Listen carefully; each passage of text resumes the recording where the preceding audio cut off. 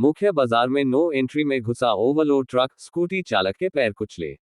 बालिका विद्यालय के सामने हादसा, बोर्ड परीक्षा की छुट्टी के समय टला बड़ा हादसा।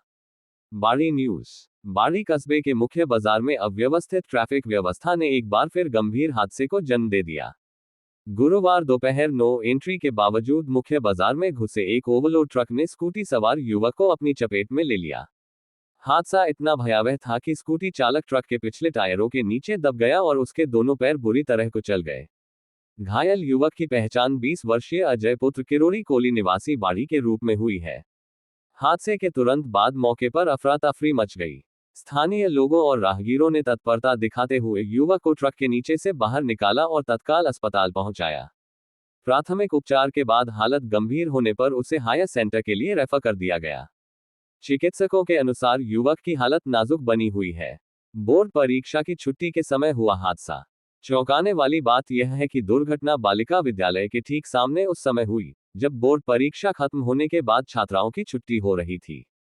यदि ट्रक अनियंत्रित होकर कुछ मीटर और आगे बढ़ जाता तो बड़ा हादसा हो सकता था।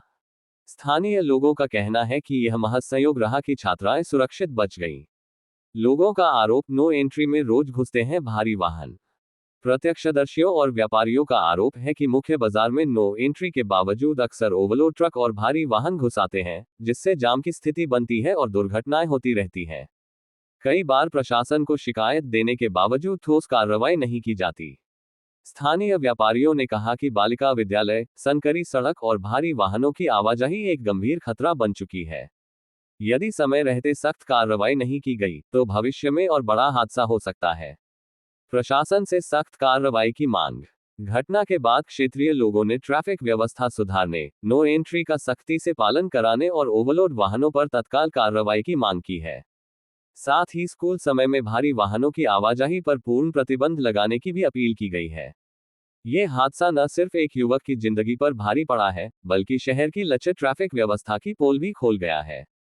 अब देखना होगा कि प्रशासन इस गंभीर मामले में क्या कदम उठाता है।